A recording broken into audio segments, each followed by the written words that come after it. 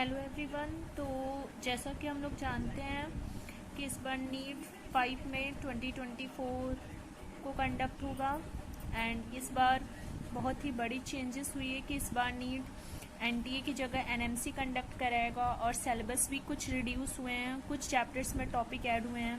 तो जैसे कि क्लास 12th में ह्यूमन हेल्थ एंड डिजीजेस में डेंगू चिकनगुनिया जैसे टॉपिक ऐड हुए हैं। तो वैसे तो ये सारे डेंगू के बारे में तो लगभग सबको इन्फॉर्मेशन होना चाहिए क्योंकि इस समय डेंगू बहुत ही ज़्यादा स्प्रेड हो रहा है। तो आज मैं ओरली मतलब जितना एक स्टूडेंट या लगभग सभी नॉर्मल जनरल पर्सन को पता होना चाहिए डेंगू डिजीज़ के बारे में, तो आज मैं आप लोगों को डेंगू के बारे में बताऊंगी जो एनसीईआरटी में दिया गया है। तो फर्स्ट पॉइंट है कि जो डेंगू का कॉमन नेम होता है वो ब्रेक बोन फीवर होता है। ब्रेक बोन फीवर इसलिए होता है क्योंकि इस डिजीज में क्या होता है, इस फीवर में जो हड्डियां होती है बहुत ही ज़्यादा दर्द करती हैं, joint pain, muscles pain, bone pen होते हैं। और डेंगू एक वायरल डिजीज है। इसका मतलब ये नहीं कि एक दूसरे के टच करने से फैलता है। एक वेक्टर होता है, उस वेक्टर के बारे में आगे आपको बताऊंगी। उस वेक्टर के हेल्प से डेंगू डिजीज एक पर्सन से दूसरे पर्सन में स्प्रेड होता है। और जो डेंगू का पॉजिटिव एजेंट होता है वो डेंगू वायरस होता है। और इस डेंगू वायरस का जो जीनोम होता है वो आरएनए होता है। जैसे कि हमारा जीनोम डीएनए है, ऐसे इस डेंगू वायरस का जो जीनोम होता है वो आरएनए होता है। और ये जो डेंगू वायरस होता है वो अर्बो वायरस फैमिली से बिलोंग करता है। और जो अर्बो वायरस होता है, जब हम अर्बो को ब्रेक करते हैं इसका मतलब होता है ऑर्थ्रोपोडा बॉर्न वायरस। मतलब ये जो वायरस बॉर्न है वो किसके हेल्प से, एक ऑर्थ्रोपोडा के हेल्प से ये वायरस बॉर्न रहता है, जिंदा रहता है। और वो जो ऑर्थ्रोपोडा है, मतलब जो मॉस्क्यूटो होता है वो ऑर्थ्रोपोडा में आता है। तो ये जो डेंगू वायरस होता है वो एक पर्सन से अनदर पर्सन इस मॉस्क्यूटो के हेल्प से स्प्रेड होता है। तो यहाँ पे मॉस्क्यूटो एक वेक्टर का काम करता है। वेक्टर एक व्हीकल होता है जो पैथोजेन को कैरी करता है।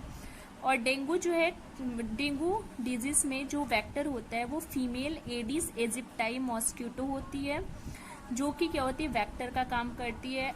ये किसी ह्यूमन को काटती है, बाइट करती है और उसमें उस वायरस को इंजेक्ट करती है। और ये जो Aedes, female Aedes aegypti mosquito का जैसे मतलब कैसे आप इसे पहचानेंगे, तो ये ब्लैक कलर का मॉस्क्यूटो होता है और इसमें क्या होती है, वाइट कलर की धारियां होती हैं। और अगर ये जो एडिस मॉस्क्यूटो होता है इसका जो एक्टिव टाइम होती है, मतलब सबसे ज़्यादा ये एक्टिव होती है डे के टाइम में। अगर डे के टाइम में आपको मच्छर काट रहा है तो आपको अगर वो मच्छर इन्फेक्टेड है तो श्योर है कि आपको डेंगू होगा। और रात में अगर कोई मॉस्क्यूटो काटता है तो उस मॉस्क्यूटो से मलेरिया होता है, अगर वो मॉस्क्यूटो इन्फेक्टेड है। और जो मलेरिया मॉस्क्यूटो जिस मॉस्क्यूटो के हेल्प से मलेरिया स्प्रेड होता है वो फीमेल एनाफिलीज होती हैं। तो ऐसा क्यों होता है कि केवल सिर्फ फीमेल मॉस्क्यूटो के काटने से डिजीज स्प्रेड होता है? क्योंकि क्या होता है कि जो फीमेल मॉस्क्यूटो, हमारे जो ह्यूमन के ब्लड में आयरन और प्रोटीन बहुत ही ज़्यादा अमाउंट में प्रेजेंट होता है। तो जिसकी वजह से फीमेल मॉस्क्यूटो जब ह्यूमन के ब्लड को सक करती है तो आयरन प्रोटीन उनको मिलता है, जो कि एग फॉर्मेशन और एग डेवलपमेंट के लिए इसेंशियल होता है। इसलिए फीमेल मॉस्क्यूटो ही क्या होती है कि ह्यूमन को काटती हैं, मतलब उनका ब्लड सक करने के लिए। और ऐसा नहीं है कि सभी एडिस मॉस्क्यूटो के काटने से जो है ये डिजीज स्प्रेड होता है। अगर वो एडिस मॉस्क्यूटो ऐसे पर्सन को काटी हो जो कि पहले से डेंगू का शिकार है, मतलब इन्फेक्टेड है, तो क्या होगा कि वो जो पैथोजेन है डेंगू वायरस उस मच्छर में चला जाएगा। फिर वो जब मच्छर इन्फेक्टेड हो जाएगी तो वो अगर किसी पर्सन को काटेगी तो वो जो है क्या होता है कि उस डेंगू वायरस को उस पर्सन में इंजेक्ट करती है। तो हम इस मतलब ये जो एडिस मॉस्क्यूटो कैसे एक पर्सन से अनदर पर्सन में इस वायरस को ट्रांसफर करती है, इसकी हम लाइफ साइकिल देख सकते हैं। वाइल्ड एडिस एजिप्टाई का मतलब नॉन इन्फेक्टेड एडिस मॉस्क्यूटो जब किसी डेंगू इन्फेक्टेड पर्सन को काटती है तो मॉस्क्यूटो ब्लड के साथ क्या इंजेस्ट करती है, ब्लड के साथ क्या इंजेस्ट करती है, डेंगू वायरस को इंजेस्ट करती है। उस मॉस्क्यूटो में ये डेंगू वायरस मतलब अपना कॉपी करने में 8 से 10 दिन लेता है।